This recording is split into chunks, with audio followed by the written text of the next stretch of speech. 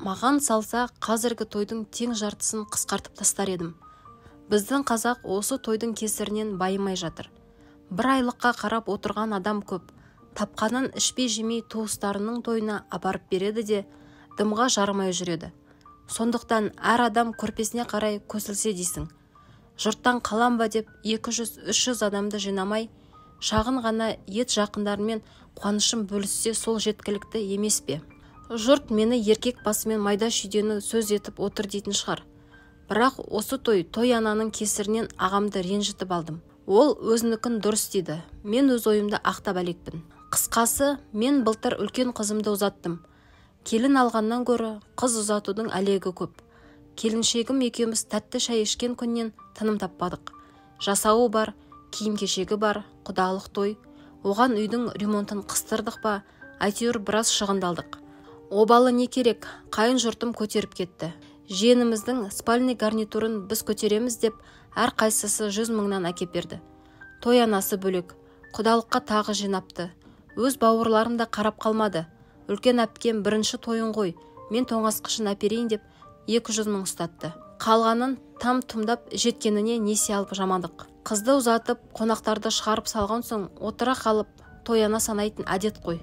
Келіншегім, қарындасым үшеуміз отыра қалып елдің әкелген конверттерін ашып тізім жасадық. Үлкен ағам 200 мың әкепті. Дұрыс дедім іштей. Әкелсе кезінде өткізгем.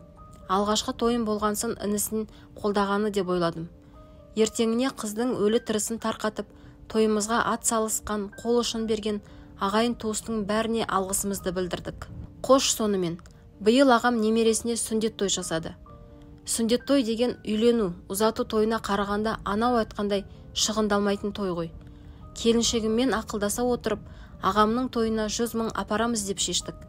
Әйелім, қайнағадан ұят емес пе, бізге 200 мың әкеліп еді, деп қипақтаған. Обалы не керек? Мен тартындым. Себебі төлеп жатқан несиеміз бар.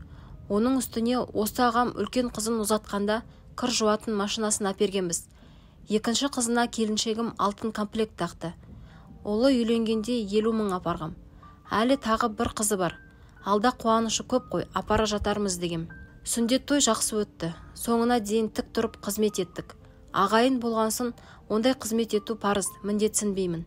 Дегенмен ертеңіне ағам бір әкеден тараған бауырлардың бәрін Құдайға шүкірге шақырғанда мені ұмытып қалдырған. Ұмытпайтыны анық, туған інісі естен шыға ма? Демек бұл жерде бір кілтипан бар. Шақырмағансын кешке қарай келіншегімді, балаларымды алып өзім бардым. Тәте, тойды жақсы өткізіп алдыңыздар ма? Құдайға шүкір дедіңіздер ме деп жалпылдап жатырмын. Төрде диванда жатқан ағамның сөйлеуге шамасы жоқ.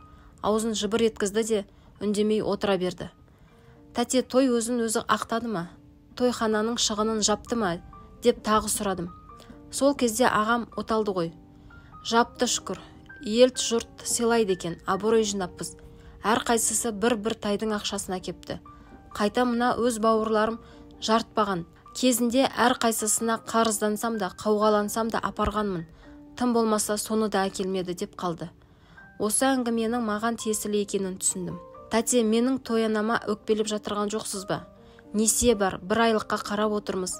Тапқанымызды алып келдік. Алда әлі қызықшылығыңыз тұр ғой. Бұйырса бұдан да көп әкелуді нәсіп етсін деп жаймен тігісін жатқызайын десем, қоятын түрі жоқ. Сен той істегенде кейін тағы тойы бар демедік қой осы, деп әңгімесі майдаланып кетті. Бұл сіздің немере тойыңыз, алдыңғы қыздарыңызға балаңыздың тойына мен де әбден өткізіп қойғам. Азар түбі соларды қайтарған болдыңыз да. Тұр Жанар, кеттік деп шығып кеттім. Содан бері 2 ай өтті, әлі сөйлеспейміз.